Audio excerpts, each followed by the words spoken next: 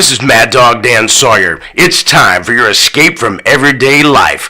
The Furlough Podcast, starting right now with Dave and Chris.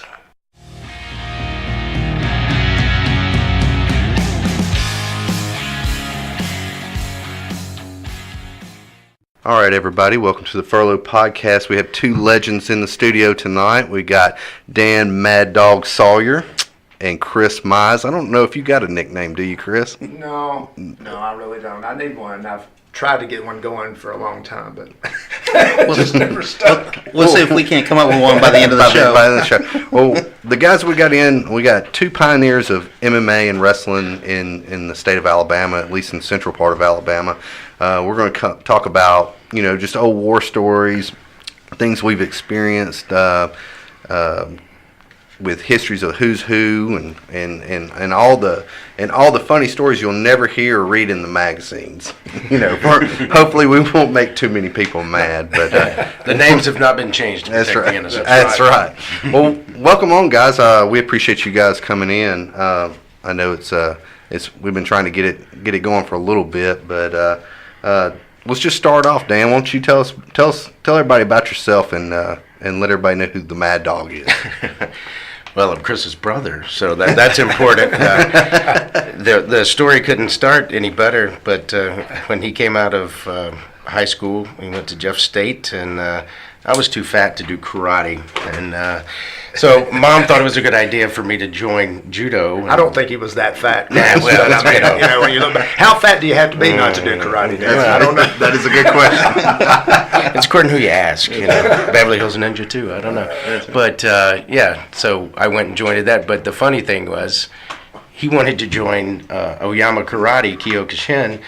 And it was full. So that's how the legend begins with judo and jiu-jitsu. It was his destiny to be part of it. The karate class was full, so I thought, judo, maybe close to the same thing.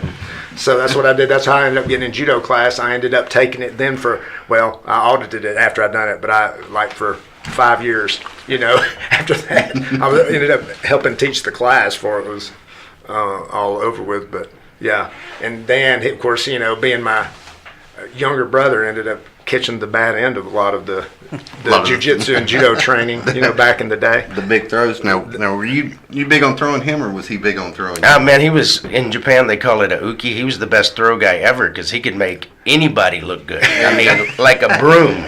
Yeah, like he could make it, a broom look like Steven Seagal. That's awesome. Chris, I'm in good company. Chris Bowen, he has that monarch at our school. He can make anybody. He's at least my equal, if not my. He surpasses me. At least now, for sure. I don't move as good as I used to flying through the air. But how old were you when you started doing judo? 18. 18 years old. 18 years old, and did it pretty hot and heavy for, like I said, about 5 years, and then I kind of got in nursing school, and the young lady I was engaged to at the time didn't think it was a good idea to maybe keep doing that and everything, but so I still continued to train and do stuff, but I wasn't as involved because I had been very involved. If you could have majored in it, that would have been my thing, Yeah. That was, so you've got to take English this semester. But anyway, so did that, and during the period of time after that, I was also training with a lot of, some deputies and law enforcement guys, that I'd met and stuff like that. What was the old guy's name that did judo in Birmingham years ago? Alex Marshall was I don't know if that's the guy I'm thinking of. He was really old. He worked with the police department. Yes, that was him, Mr. Marshall. Yeah, he was a little bitty guy. He was something else. Yeah, he was probably kind of our version of Helio Gracie. He was about the same size, little bitty guy, and it potentially was mean as a snake. Yeah, I mean, I never trained with him, but I trained with a lot of people that had trained with him, and nothing. They held him in just nothing but high regard. Oh yeah, he was great. I mean, he was just a very funny guy too. Had a lot of humor and everything, and he was a character. I mean, that was the thing, because he was such a little guy, and everybody else in his class were these giants, and he had some good guys under him. I mean, Mark Barlow and Dick Worthington and some other people.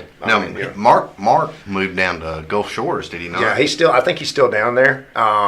I think he had a pretty good sized program down that way. And we actually, you and I went down there. We had, I think, some of his people that were affiliated with him that fought on that card, I think, when you and I went down to South Alabama and refereed those fights that time. Oh, really? I think so, or at least there were some of them there. Oh, okay. I can't remember exactly, but Cool. it came up. Well, if you got into judo and you worked with him in judo, judo just didn't hit it with you, or did you Oh do no, it for a while? I was like 9, and Oh. and it was good because you really can't learn how to do anything until you really had your ass kicked, And there I was dealing with, the youngest guy I was 9, but like they were 18, and we were going, and these guys would, give you a good rear naked choke with the, and get you with the gi, and I was learning a lot of stuff at 9 years old. Yeah.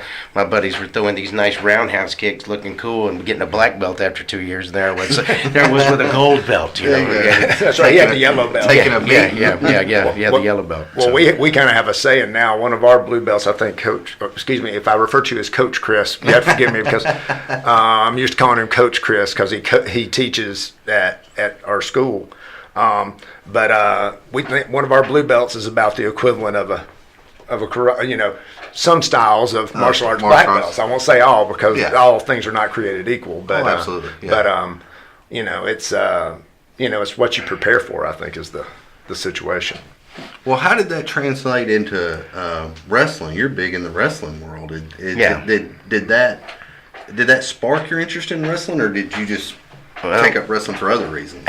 Yeah, I mean, we loved it from being a child. Our dad, we were on a dairy farm, and on Saturday mornings, he'd milk at 2 a.m. and then 2 p.m. he'd come home, and we'd watch like Bullet Bob and all those guys. And we would get in the floor, and we were learning to get tapped out before there was such thing, yeah. before we knew what it was. But in dairy business, there's a calf rope. You pull calves with a rope, okay? And there's a bull chain that you put in a bull's nose. Yeah. That's what our father would make us say. Instead of uncle, he would tap us out and say, all right, calf rope. He'd say calf rope. Say calf rope. And we were down in the basement.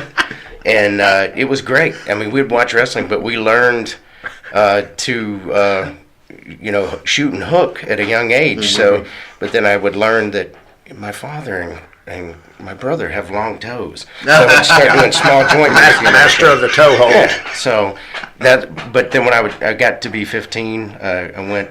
One day I was out of school with my mom. We went to Wallace Gym, and you used to be down there in Center Point. Yeah, there was all these wrestlers there one day, and a guy gave me a card, and you might have heard of him, the Junkyard Dog. Oh yeah, everybody. Really? Yeah. So that's he gave me a card. Said the price is right. I'll be there tonight. I was like, I want to be a wrestler, and he's like, I ain't never heard that. yeah. So that's how it began, and I would be going after school and training, like if they did like Coleman or wherever, and I already knew how to fall. So the part that you probably didn't know about Chris is when I started wrestling, he would wear a mask and wrestle too. He keeps that all quiet, but so did Eric Paulson until he got out there. So he had a good character. He did. So, but that's I always wore a mask or a hood, as they would say. And just because, I didn't have the gift of gab that my brother had. Dan could talk, Well, that's what everybody knows Dan for. Dan's got that. Run in his mouth. Yeah, that's right. But no, and I'm not a very big guy either. But I would kind of like be like more of a Japanese wrestler type style. Oh my God, that's Chris. Yeah, that's me. Oh my God. That was one of my good guy personas. That is awesome. Thunder Striker. Thunder Striker. Of course, he came out to AZ. Thunder! I came out to Thunder Oh, Striker. really? Oh, that's awesome. And so let me see this. Oh yeah, yeah, it was kind of like Classic. so. It's kind of like a Power Ranger. Some people said, is that like a vagina on your head? And I said, no, it's a fin. He'd still be getting booked if it was. So you were into cosplay before cosplay was popular. Yes. Can you even see through that thing? And did It you have was to not easy. Not easy. Really? So, you definitely had to kind of know what you were doing. I mean, around the ring to be able to do stuff. Well, look, So, let me give I had some bad guy gimmicks too, which is a lot easier than funner to do.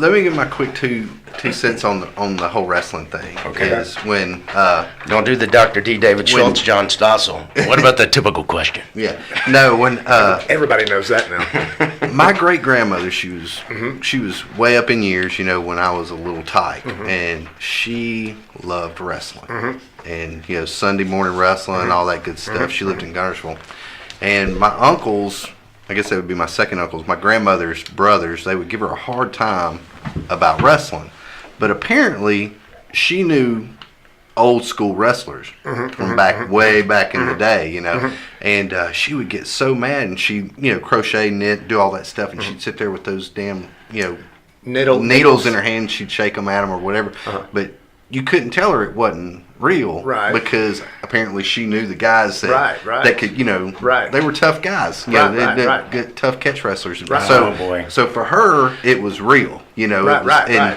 and if nothing else, she was a fan. So that was Right. my first exposure. Well, that's good. To wrestling when she was little, and I didn't, I just liked it because she liked it. I didn't really know what it Well, was. I mean, it's Your grandmother's name wasn't Mary, was it? No. Okay, because that woman stabbed me in Selma. She had knit jeez. needles. She stabbed me in the back. Yeah, Dan legit. just had a flashback. Oh, I did. I was like, oh. Oh God. The knitting needles. You can't have many knit needle stories. But Dan, I gotta ask you, the Junkyard Dog, was he from Center Point? No. No. The only guys that ever lived in Center Point, the Armstrongs had an apartment, and so did the Freebirds. Like they had somewhere in Center Point because it was nice, centrally located for Georgia and Birmingham, and to Really? work the circuit. Yeah. Terry Gordy and Michael Hayes or Michael Seitz, both. Awesome picture. Yeah, the 15-year-old dog. Man, look at that. But That is He was a very nice guy. He had a psychology degree. yes. He actually taught at a junior college in Georgia. He lived in Georgia. Oh, okay. So yeah, Sylvester Ritter. Sylvester Ritter is the Junkyard Dog. So very nice guy. Huh. Hey, have you ever met? So when I grew up with two older brothers, and our wrestler that we used to always watch was Dusty Rhodes. So I've Dan had McIntyre. yes, so If I've you had will. thousands of atomic elbows dropped on me off the bed. That's right. Have you ever met that guy? Oh yeah, I wrestled him in Boutwell in 03. I got a good picture of him with the Crimson Mask. He was a wild man. That is fantastic. And now his one of his sons, Cody, they're probably fixing to make the biggest stab at giving the WWE now competition. They've got Really? a thing called AEW, which is All Elite Wrestling. They're fixing to. They've got a big money backer, and they're fixing to really do a big push. Wow. So that'll be interesting to see what happens. That's some big shoes to fill. It is, man. it is. Well, you that's start going one- against the WWE. I mean, It's going to be interesting to see what they do with it. If we don't find out that Vince has created his own competition and backing him somehow. hey, sometimes that's the best way to get. That's right. It could be. Yeah, you never know, man. Somebody will hear that. Oh, I heard it on the first. Oh, Wrestling yeah, was the never first- wrestling was never any bigger than when WCW was against the WWF at that yeah, time. I mean, that was because it was just the wars. Right. You know, Mm-hmm. Nitro and Raw. But do you feel like, I feel like wrestling was huge in the 90s. I just don't know. And maybe that's just because I'm a little bit older and got so much stuff to do by going to jiu-jitsu class all the time. But do you feel like it holds a candle to what it was in the 90s? Well, the difference is there wasn't the internet like today, and you couldn't work the same guy. Like when we would see pay-per-views as kids, I never understood this. Like these matches, like Saturday night's main event and all this stuff, how great that was. But Chris used to always take me, and we saw him do the big blue steel cage. The Big Boss Man and Hulk Hogan did that in Birmingham before they ever did it on Saturday night's main event. So Wow. they had been like working this hot angle, the storyline before we got there. But we won these tickets one time. Remember? I don't know if we won them or if we bought them. No.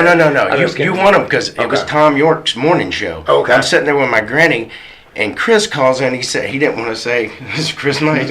His mom. He used my name. He goes, "It's Daniel Mize." You know? And my granny goes, "I wonder if there's never done another." that before. He goes, "I wonder if there's another one." And he goes, "I'm going to take my brother Chris. We're going to have a great time." And this is on Tom York's morning show. I was like, "All right, I guess." And then he calls. Springville Road Library. You called from work. He was working at the library, and he goes, "Hey, I just want his tickets." I said, "I just heard you. You said you were me." So he goes, "Well, you know." Yeah, He just- Tell them about the event though. It ruined us. it was a 4-hour event. Everybody wrestled twice except for Hogan. Yeah, I mean, they did multiple everybody. tapings. Yeah. They taped multiple Yes. shows at one show.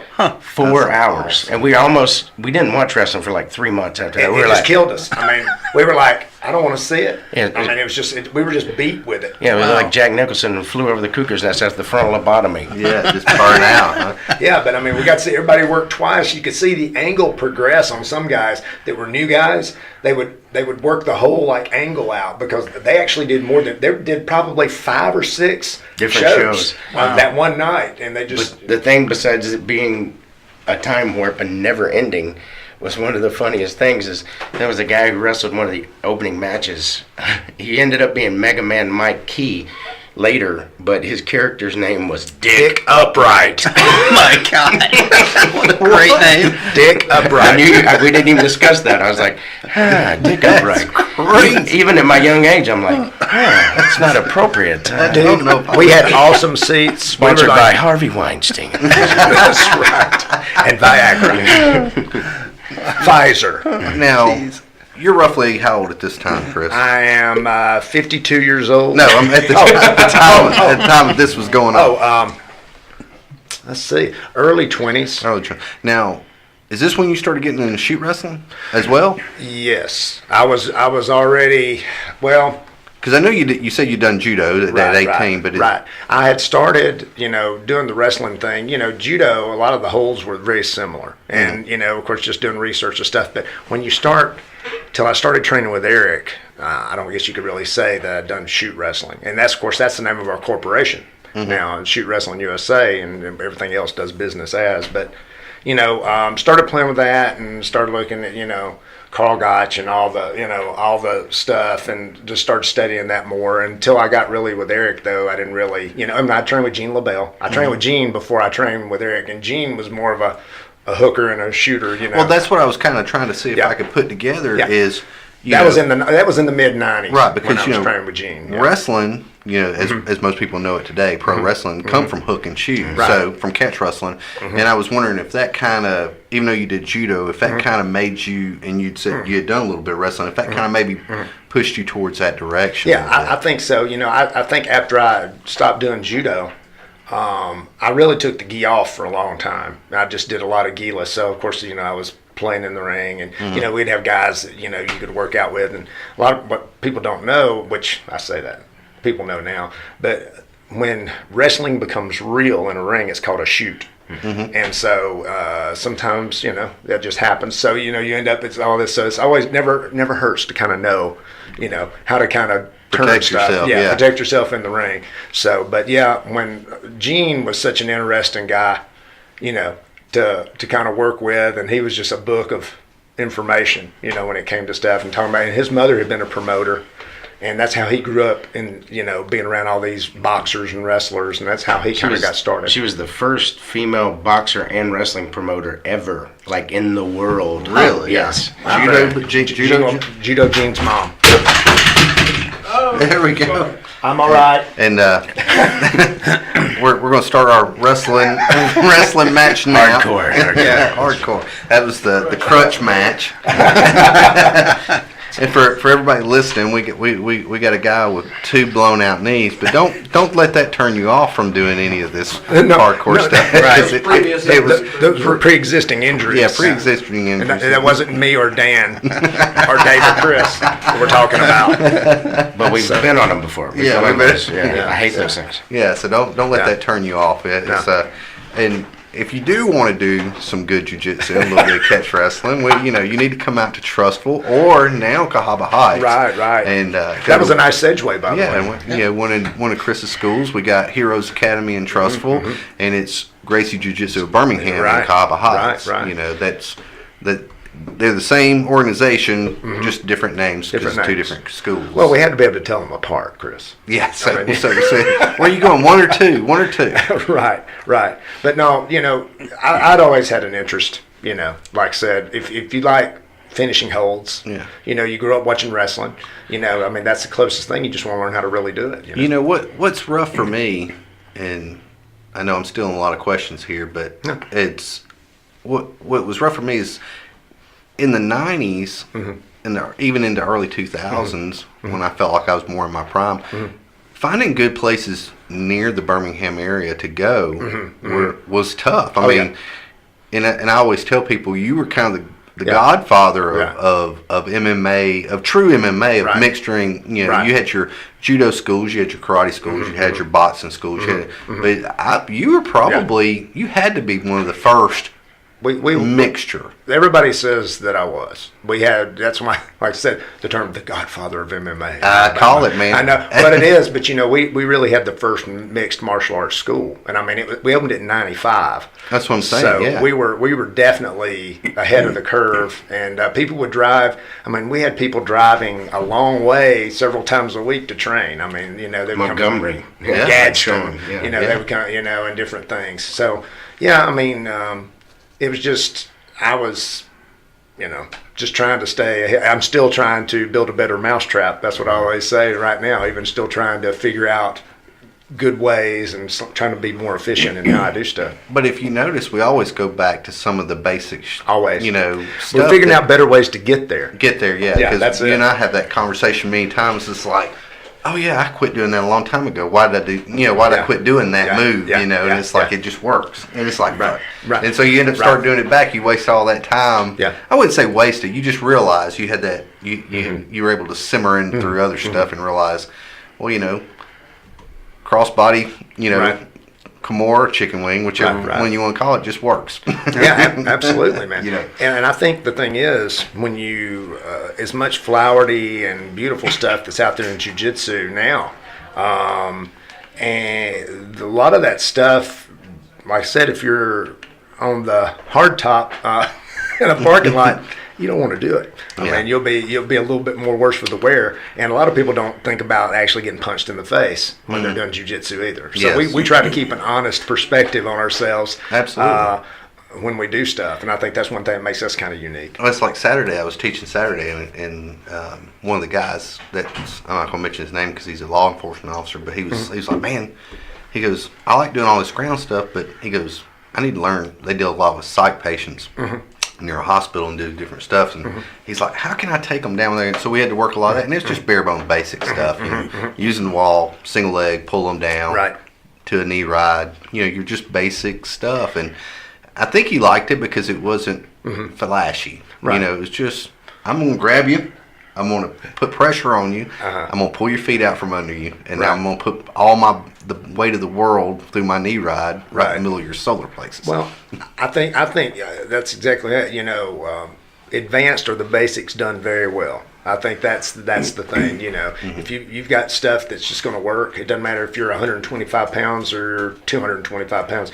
The stuff, you may have to float a little bit more if you're super lightweight, but it's basically the same kind of stuff. I mean, a lock is a lock. Yeah. I've referred to it twice this week. I remember the first time that I ever had a really world-class person put an arm bar on me. I remember it vividly, and I'm thinking, well, damn, that's different. It's like Who was it? You want to tell us who it was? Well, it was that was actually a Brazilian gentleman. And I mean, I'd had Japanese people, instructors and competitors do stuff to me before too, but this just felt a little different. And it was you could feel the heat from his gooch. That was Mad Dog. I'm not denying that I did feel the heat, but hey, and whether it's pro wrestling, catch wrestling, jiu-jitsu, whatever, Gooch wrestling. When the guy gives you the old Arabian goggles to rip your arm out of socket, that's Right. it's Right. You're living a whole nother world. What I like to tell everybody. There were times, and the way I can describe this to people out there, the people who train, is you've got to move, right? And it's like you may be, people you used to train with, and even rolling with, kind of hard, and you think, man, I can get out of that. You can power out of it and get out of it. Well, this was one of those cases. That was not the case. It was like, oh, if I blink an eye, my elbow's coming off, that kind of thing. So it really, you have to, that's one thing about jiu-jitsu. You have to feel both ends of the spectrum. You have to be able to know how to apply it and know how it feels when done properly on the other end. That makes the synergy of it work. Well, I don't know if you knew this. I know Dan did, but I don't know if you knew this. But this is how me and Dave met each other. Did not know that. Yeah. Yeah. Yeah, you think I'm just some funny guy that hangs around with Chris all the time? But Funny how? You're like a clown funny? Yeah, exactly. No, but Dave, that's good enough reason for me, man. You're pretty damn funny. I would let you just hang around for that. This guy, so I remember, I'll never forget. It was back in the day, we were training, we would rotate between a basketball court and a racquetball gym, just put a couple Was that minutes with Conley? No. Okay. I know because he did some of that at one time. Yeah, he did that. But anyway, I forgot. Yeah, but so my coach at the time goes, he goes, hey, we're gonna have a special guest come in. He's gonna work with us and kind of get a different feel. And then this dude walks in with a damn Wheaties hat and wire rim glasses. I'm like, who's this nerd? Then he felt the heat from the gooch. Then he punched him in the liver. No, but I mean, we've been buddies ever since, Right. Oh. Yeah, he got his first lesson for free. Yeah. That's right. Yeah. Unfortunately, I had some circumstances and I've fallen away from it. But I mean, Right. I tell Chris all the time, I'd love to go back to it. Yeah. So on that note, so let me ask you, so I am the amateur of the group, no doubt. But you have people listening, I'm sure, that would like to come in and start. So, I mean, what should they expect? They come in for the very first time, and I'm sure there's people that want to come in. They may be a little hesitant because they don't know what to expect. So, are they going to come into a bunch of hardcore guys? You have a beginners program, or how does it work for a guy that don't know nothing about nothing? Right. Well, usually we've got kind of a combatives class at Cahaba, which is something we're doing this time, which is really good for beginners to come in and really hit some of the self-defense part of jiu-jitsu, and then we have fundamentals that follows that. But in Trustful, what we've always done is when we have new people come in, we always give them kind of an advanced person to work with, and that way, it's a lot more. People are like, "Oh my God, I don't want to work." No, you're a lot safer with an advanced person. Right. That way, they're not going to hurt you, and that way you can and they can explain stuff. So you got somebody on the spot that can give you a little bit of feedback, and jiu-jitsu, the communication of it is the big part. You've got to be able to let each other know what's going on. Is this working? Do I need to, So it's one-on-one training, is what you're saying? Well, you have somebody working with you, but yeah, I mean, the Gracies, the way they started out doing it was they would just do privates. I mean, everything they did it in the garage, out in Torrance. Yeah, it was kind of smart because people didn't know why they're going to blow all that money, renting a space when it was unknown at the time. This was pre-UFC 1. Yeah, Orion was cleaning houses. I mean, for like people in Hollywood and stuff, and that's how it kind of got in, and that's how it got into doing Lethal Weapon. And you want to hear one of my biggest regrets in jiu-jitsu life? Okay. 1994. Okay. I'm living in Oahu, Hawaii. I walked right by Helson School, and it said, "This is." I think UFC 1 had already happened, but I had not seen it. Okay. Right. And I walked by a BJJ school looking for a Kempo school, and I looked at it and it said Brazilian Jiu-Jitsu, and I'm like, eh. And I walked right on by that fucking place, and I think to myself, now this is what 20-something years ago, so he was longer than that, so Helson was still in good shape. Oh yeah, he was probably late 40s, early 50s. Yeah, and I think, damn, what a bypass of a great opportunity. I was like, I just walked right by a legend, and I could have been. It might have changed everything. Yeah, it would. You never know. I might not have left Hawaii. I might have been like, but I got hooked. You never know. I bet. To me, I made the comment this last week, and I've made it before. if I had a time machine, people say, yeah, if I had a time machine, I wouldn't have married my first wife, or you say, or I would have invested in Microsoft. Yeah. To me, I would have moved to Brazil in 1984. If I knew what I knew now. Well, you know, I think so. I think, and Dan made the good comment that with lack of internet and lack of people don't understand how much more powerful you are in knowledge because of the availability of information, and that's why you take a good black belt today, and this is just strictly opinion, so I don't want to get any hate mail. So you take a guy that's been training, say he started training about early 2000s, and now and he's a good black belt. I think would be a better if you took him in his prime and you took a Brazilian Jiu-Jitsu black belt in say early 80s. I think the guy that got trained later with more information out there is probably better than the guy because there wasn't as many trial and errors, I guess you could say. Well, I think just the perspective on the art has changed too, and I guess that the argument could be made if you look at the self-defense aspect of it, like the fighting, like the challenge matches. It would look exactly the same because the moves that work in a real fight are the moves that work in a real fight. Right. It's not any of the really cool shit. That's Right. Yeah, I mean, I agree. This technical ability, but if we took Andre Galvao or Keenan Cornelius, Right. and then put them in a challenge match, I say it would look the same. I don't know. It might work off their back more. Well, I know what you're saying. What I'm I saying agree. is they have more. We have more availability Oh, yeah. to good teachers. Oh yeah. I guess is what I'm saying. Well, it's just such a broad spectrum of knowledge. Yeah. I mean, there's guys that'll come up to us. I know you've had it happen to you. I call them YouTube black belts. I mean, they're the guys that are just like YouTube probably wrestlers. I mean, same thing. The guys that know more about know everything about everything. Dan, just so you know, I'm a Monday Night Raw wrestler. Hey, that's better than some guys I've worked with. I promise you that. I tell you, they know what color Master Sour's cat is. I mean, Yeah. So I do think that I could do a flying leap off the top rope. I'm just saying. I don't know more than once, but I could at least do it one time. I would guarantee it would hurt the person on bottom. Yes, I think you could do it. Just pin him. 1, 2, 3. It's Yeah, over. it's over. Jimmy's Superfly. Yeah. Hey, so Dan, do you take new wrestlers over there? Oh yeah, Mad Dog's House of Pain's open every Sunday 3 to 5. Yeah, All right. absolutely. Now, is that you're at your own wrestling school and you have a pretty good stable of guys, I'm sure. Now, did those guys wrestle in a lot of the local circuits around here? Do we have a lot of local circuits around here? There's a couple. I've been on break since neck surgery last December 12th of 2018, or excuse me, 2017. So, I went on a hiatus. But the funny thing is, you were writing me a note right there, asking me some stuff. A couple of weeks ago, I got an email from WWE, and they're like, "Yeah, we need you in Memphis for Raw." Oh shit! Yeah, that's what I felt. I was like, and then I'm like, how am I going to tell my wife? Who's been through back surgery and neck surgery? I was like, I won't get in the ring again.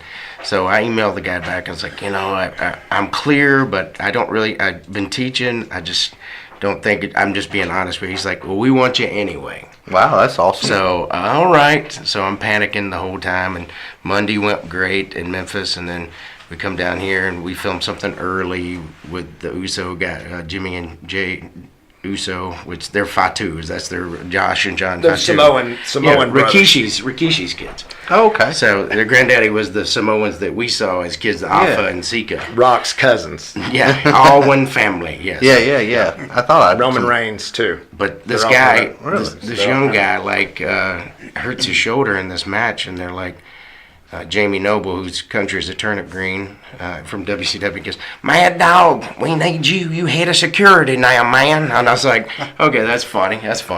So I'm sitting here eating. No, get your ass up. We need you now. And I said, "All right. I don't know who got injured in the tryout matches." He goes, "Well, find him." So I went and put on this shirt, and they're like, "We're gonna do something security wise. AJ Styles somebody's gonna attack him and blah blah blah." And just, I was like, okay. So I snatch grabbed him. So he gets away from two guys, and you know, there had been a talk about what might happen and this and that. But what they did not tell us is they were going to have about 300 fans up there amongst it. And it was like, what was the movie, Face Off with Travolta and Nicolas Cage? It's like, this woman steps right before Daniel Bryan attacks AJ from behind. She's very pregnant and got a 3-year-old toddler on her side. Oh, no. And she's like, and I was like,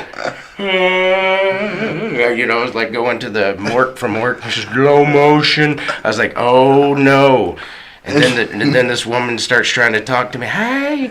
And I was like, trying to protect this pregnant woman because I'm a little sensitive now that I'm a dad. For sure, But for sure. I just didn't want something to happen to her because I knew what was going to happen, that if he came through right there, that it was just going to be a big, huge deal. But everything worked out fine, and no one got hurt. Well, Daniel Bryan went through a table, but mustard and stuff everywhere. But Yeah, that's awesome. It made SmackDown, and I talked to Chris that morning. The cool thing on Monday night at Raw is we're sitting there catering, and one of the greatest fighters in my world, Ronda Rousey, comes and says, "May I sit by you?" And I'm like, "Yeah." Well, absolutely.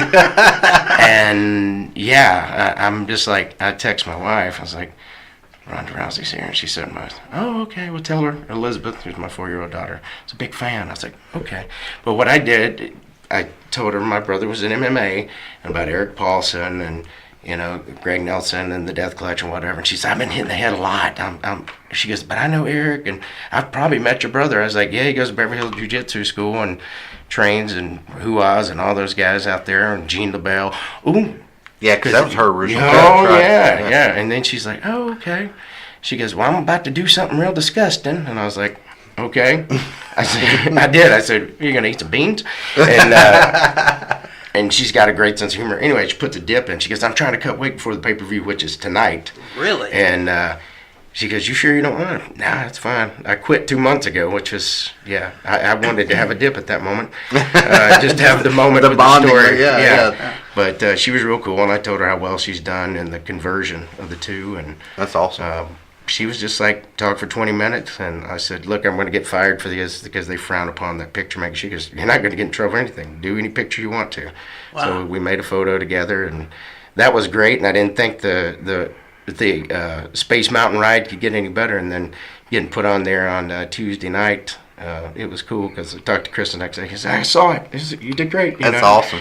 But it was like slick as glass because this mustard and drinks and all this stuff when we went into the tie-up. And I was like, "Oh, don't get hurt. Don't get hurt. Don't Oh, get this hurt." is awesome. This My is wife- awesome. my wife's This gonna is kill effing me. awesome." Yeah, don't get hurt. Don't get hurt. That is a cool story. I mean, you know, you hear these stories about these guys and Rhonda, whoever, but it's really neat to hear a real behind the scenes story, and to hear that you want to believe they're good people, you know, and to hear a story like that is really pretty cool.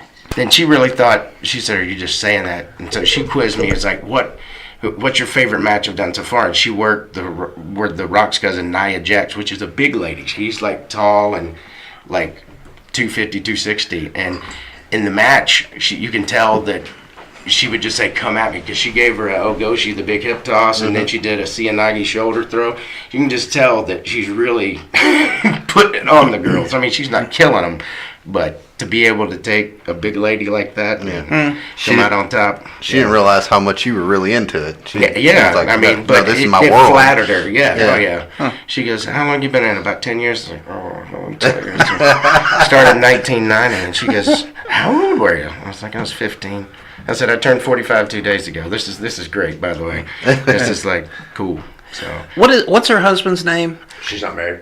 is what the guy she's dating, Or- or fiance or whatever he is, or, yeah. her partner, whatever. Oh, I thought they were married. He just had his ankle done. Can't think. He's a fighter. Yeah. Yeah. I can't think of his name. Yeah, but I was going to ask if he was with her. I didn't know if he toured with He her. just had Matt Brown? ankle surgery. Yeah, Brown. yeah, Matt. No. No, he's a big guy. He's a heavyweight. I can see his Yeah, face. He's got a beard. He's got a beard kind of like this. Yeah.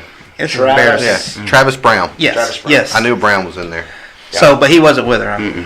Huh? She was by herself. And That Travis, did he train with Ricky Lundell too? I'm saying that because Lundell trained with Amir Anyway, it may not be. So I'm just trying to think. Ricky Lundell's one of Master Sawyer's black belts. But anyway, he's out there in Vegas, and Mir trains with him. Okay. Sometimes, of course, he does with Drysdale too. But That's awesome. but anyway, yeah, it was interesting for that. I was going to say, we were looking at those pictures a little bit ago, and I had that picture of Manny Gamburian, and I remember rolling with those guys when they were 15 years old out at Gokar's place, out in Hollywood, and I remembered Rhonda was like little then, and I remember she was just out there, and her mom came through out there. Well, we came, for Dan, it seems like it was a lot of being at the right place at the right time. You got met a lot of guys in this area, but what got you going all the way out there? That's what I want to know. I mean, how'd you passion, baby? Yeah, how'd you figure that out? Just there was nothing around. I mean, did you just pick up a magazine and go, well, I like this guy's stuff, so I'm gonna contact him? Well, Gene LaBelle probably just always fascinated me, just because he had such a broad breadth of, he had done some movie stuff and things like that, and so he kind of had a grappling federation that he had started,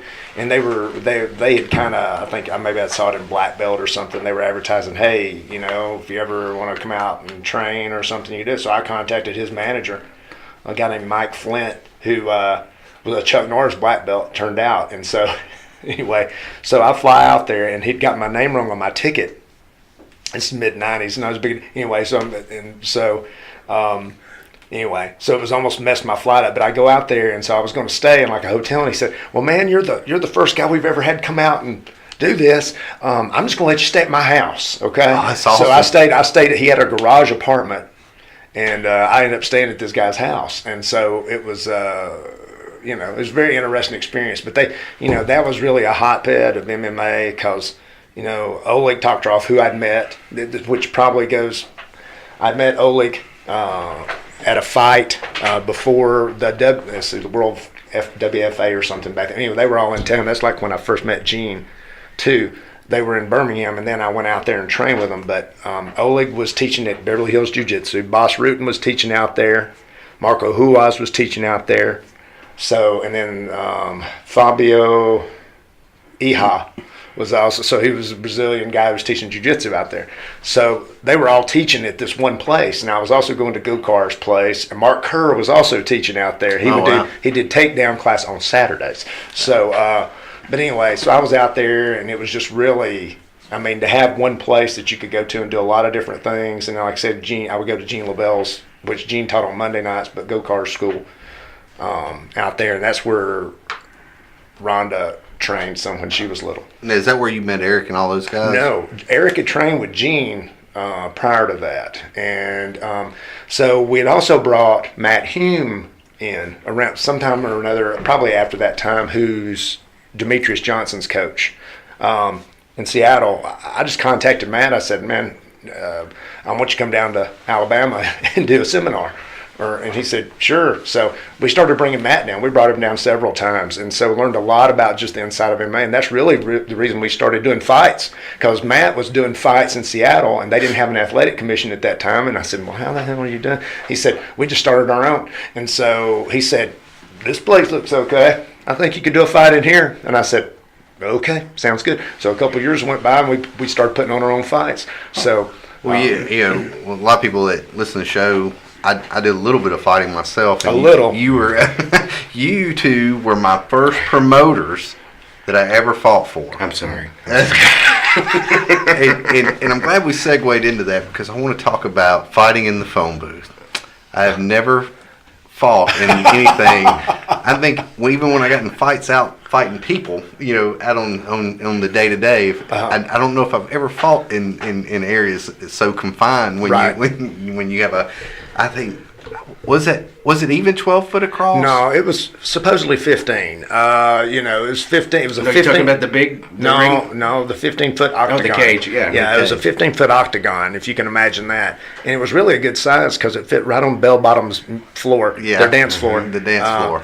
We did the music hall first, didn't we? You were saying that it was Bell Bottoms. We outgrew Bell Bottoms. So we did the fight night every Wednesday, and then I was like, we'd done those on the mountain in the original training center, and I was like, dude, I think we can get Reggie and them to let us come here on a Saturday and do it here. And they were like, oh, okay. And so Yeah, they didn't- Underground Fight Club. Yeah, the first UFC. No, it wasn't the first UFC. The Underground Fight Club. Well, we got to tell Dave about some of this. Okay, so for the first time, and I'll start off a story, and y'all add to it or Okay. subtract from it, whatever.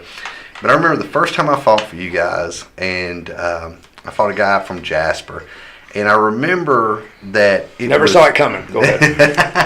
You can hire a hitman there. So. So it was funny because now when people watch UFC or any fights, whether it's some of even the other local things that get put on, there's a huge buffer between the cage and the fans. Mm-hmm. Well, it was so tight in Bell Bottoms. Bell Bottoms had a big open dance floor, and the cage was there, and they had an upstairs balcony area that you could look down. It's like Rome, Gladiator. Just like Gladiator. But the seats were, people were literally, their face meshed against just pushing Yeah, their Their knees. knees. Yeah. So Dave, we had extension legs that went on the cage. Mm-hmm. So the cage could be as high off the ground as probably three or so feet. Yeah. But we had extensions that we took off that were only about 12 or 15 inches tall. Right. So the bottom of the cage was 15 inches off the floor. And so people are sitting there Their in knees their are chair. touching the. It's like these screens. Their faces are just pressed. And I'll never forget. I can't remember if it was my fight or if it was another guy's fight. But my ex-wife was there. She thought it was cool, but she didn't like me to watch me fight. But she'd watch other people fight. So there was these two girls, and this is the story that was them other people that had came with us to watch me fight. And this is the story they told. There was these two real snotty kind of girls. Okay, and they had shiny white clothes on. I mean, just clean white clothes. Leather. And they White decided, leather. these two girls decided, by God, they were going to sit up front right next to the cage. Get a little blood splatter. Well, that's where I'm going. So they're watching this and that, and the guy that was with us, he's standing behind them, right behind them, and the two guys fighting, I can't remember if it was me or if it was somebody else, but fell down right there at them. I mean, faces. They're literally could poke them In their lap. poke them through the cage. The heat from the gooch, I'm telling you. And the It's our guy, turnaround. the guy on top reared back, and this nice hook. This guy's flat. The guy is flat on his back. The guy's on top, almost in a mount position. He hits that guy so hard it yanks his head, and blood just went all over their white stuff. God. And they were like, "Oh my God!" So disgusting stuff. And I just thought, to me, those were the golden era. I mean, that's Right. Well, we would have Tarantino film. This is Yes, what it that's was. right. We had a one time. I remember we had it was an intermission or something, and we came back, and some people had taken garbage bags and put them and made raincoats out Like of them. Gallagher. They were sitting Like like Gallagher. Gallagher. They were sitting on the Fruit. front. It was- And so this, I'm gonna go into a story. One of the guys I was working at University Hospital at the time in the cath lab. And several of my coworkers, they like to come and support, and they were just a good group of guys. And we Like had 27 used to come in. quite a crew. It was quite- Anyway, Who was patching the bullet holes with? they weren't on call, thank God, because they were all drinking. But we were there, and it probably was the same event. We had these guys come in from Tennessee and fight. And so one of the guys, Tom Beck, who's no longer with us, but he was sitting on the front row, and he was really primed up. I mean, he'd been getting ready early in the day, so he was sitting on the front, and he hates Tennessee. So they were there, and so somebody's on top of a guy right in front of him, just beating the stew out of a guy, and Tom has his hands in the cage, sitting there. His face mashed right up against it, and he's saying, "Whip his Tennessee ass! Whip his Tennessee ass!" True story, 100%. And it was just embeds in your brain. Yes. Well, it was such a Wild West show, in the sense that, like, if the teams didn't like the way something went down in the cage or ruling or what, they would all scale the cage, and next thing you know, you go from the ref and two fighters to both teams. We got 15 plus guys in the cage. I've seen fights where I was the one you're referring to. I was the ref in that fight. Yeah, when Greg Jeffcoat jumped over the top of that cage. He and like a spider monkey. He come across the top. So the only one I saw, it was over at back in that era. It was over at the music hall. Right. They had one, and the reason I remember it is because they had a guy fight that was supposedly the oldest MMA fighter. that was Skip Hall. Yes. Old Skip Hall. Yeah. The Silver Fox. Yes. He got in a lot of trouble. And he fought. Is he? What's his story? I don't know what Skip's doing now. Well, he. Yeah, we're the only ones that actually gave him a fight before he went up there and did the worked fight with Severn. I've seen making love to a woman. You know, he had him the next day for he had like a teaching seminar with Severn the next day, and when he took his back to rear naked him, I mean, seriously, I mean, it was like a Harlequin romance. But anyway, yeah, he was. We gave that old turd, and I'll just call him like I see it. We'll give that old turd. We gave him credibility, letting him fight on stuff. We felt he was a nice guy. Well, he was in his 60s. I'm telling you, Well, I believe when he fought. no, he was. Dan, just tell us what you really think. Yeah, Yeah, I'm not going to go that far. There was some questionable statistics that came out about some of his history, and it was unfortunate, you know, that that went as far. But a lot of hearsay, I guess you could. But say. it was interesting. It definitely was a novelty. Yeah. And I tell you what, that dude was strong as heck. Yeah. I'm telling you, because I mean, I rolled with the guy before. I mean, yeah, he didn't have a ton of technical ability, but he was very strong. Yeah, he could like pull your head off. I mean, that's for sure. You didn't want him to get a hold of you. Yeah. I mean, that is for dang sure. It just impressed all of us because we're like, damn, man, there's a guy in his 60s. That's why we had it. Dude. Yeah. It's like Carney, you know. Yeah. It's like, oh my God, the not lobster boy. Not to mention the fact that he had the best physique on the whole show. Yeah. I mean, he was 65 years old. But we did not have a wellness policy, so we didn't check him. You know, no That's right. John He looked Jones. fantastic. We've got a poster or something. He's got a poster up in his training center. It's bigger than that Pulp Fiction poster up there. It's got all of us on it because.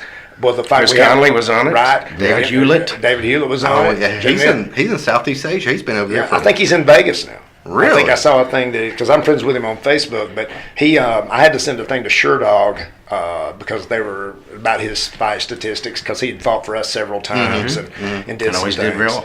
Yeah, and he always did good. He always did good. I only saw one fight that I don't know if he wasn't ready for it, if he wasn't into it, but I only saw one fight that he didn't come out really good on, and that was the one. But he'd never been beat though. Like you know, while he was in Alabama. Yeah. Well, the thing was one of the most. It wasn't even one of our shows. There was a little kind of outlaw kind of thing they had up in Cleveland, Alabama.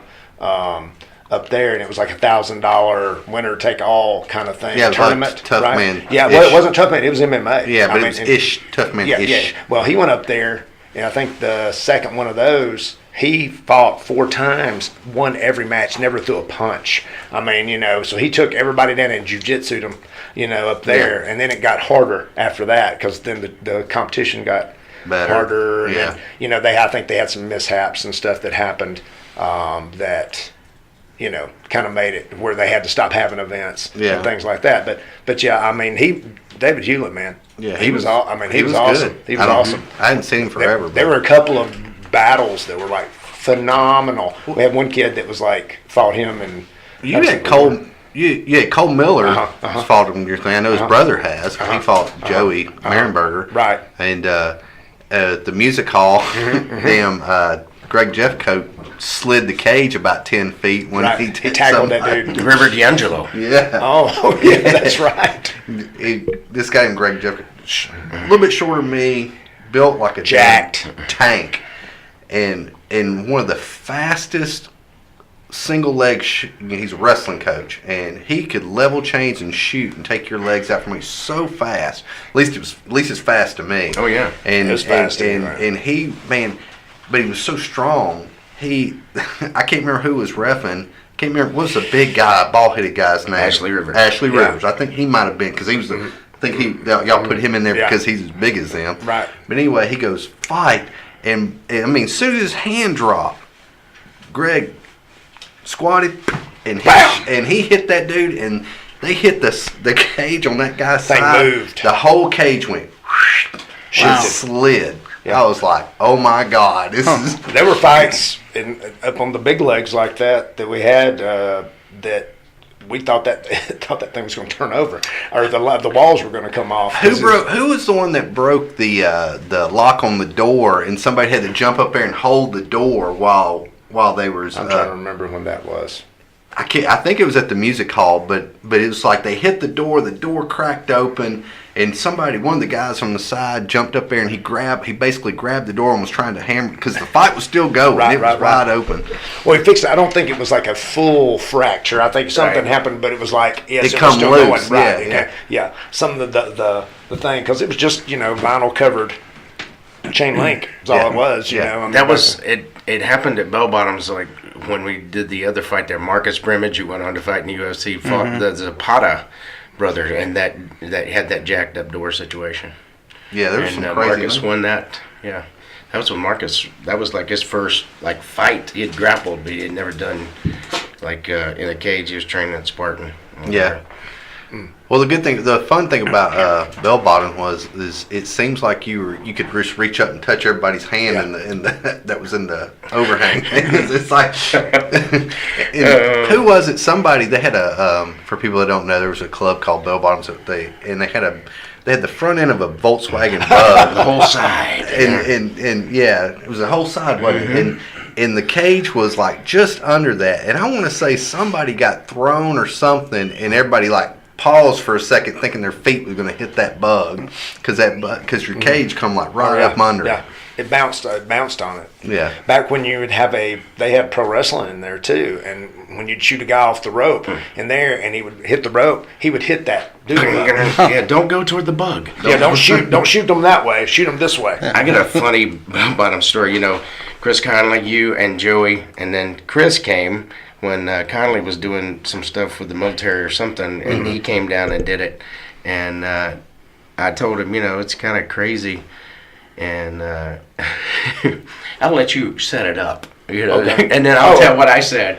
The guy that went nuts on you, he tried to. Yeah. So the deal was at Bell Bottoms, they had fights every Wednesday night in a ring, and it was just tough man boxing. This is way before the Athletic Commission, before they kind of messed everything up. And so they would have it every Wednesday night. Well, the thing is, it got later and later. So, I mean, these guys would sign up to fight, and the fights wouldn't start till after midnight. Now, this is a Wednesday night, and I said, man, why did y'all wait so late to have it? I said, because all the people who worked in all the bars around and all didn't get off work till midnight or whatever. Right. And so then the place would get packed. Yeah. At 2 or 3 a.m. in the morning, the place is just jam-packed with people.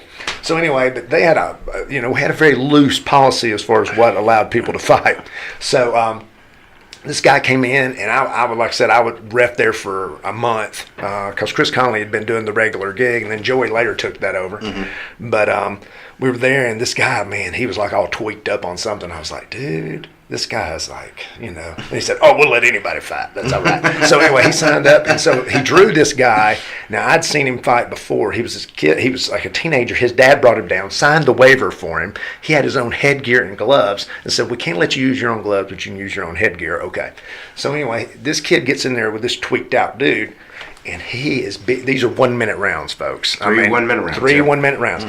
At the end of the first round, that guy's just about beat to death. This teenager has just about killed him. The tweaked out guy? Yes, he just about beat him. The guy didn't know what he was doing, and this guy knew how to box. Yeah. And the teenager was lighter, smaller dude too. So anyway, I said, dude, you better protect yourself. I said, I'll stop this fight. And so, and he's like, are you good? Yeah. So anyway, about halfway through the second round, the guy takes a knee and is facing the corner. The guy's beat him down. I said, ho, back off. So I go over and I put the teenager in the corner over there, and I walk over to him, and I put my hand on the guy's shoulder, and I said, dude, are you all right? Do we need? He turns around, punches me in the nuts, and tackles me, and drives me to the center of the ring. And I'm like, oh, time just kind of stood still there. Yeah. So he's like, and I'm like, so he hits me. He hits me pretty hard. I just pick him up like I'm going to suplex him. So I pick him up. His legs go straight up in the air, and I'm thinking, I'm fixing to kill this guy if I drop him like this. So I decided I'm just going to pitch him back into the corner, let his feet hit and throw him in the corner. So I do that. And security grabs the dude and drags him out, takes the stuff off of him and throws him out the door. Then Dan... You hit the ref in the nuts, you're out of here. And then the crowd started, get the F out. Get the F out. Referee. Well, that is the perfect segue for a great, might be one of the few mine and Dan stories that I have. Oh, boy. So I'm gonna tweak my microphone up just a little bit so everybody can hear me nice and clear. Stay tuned for part 2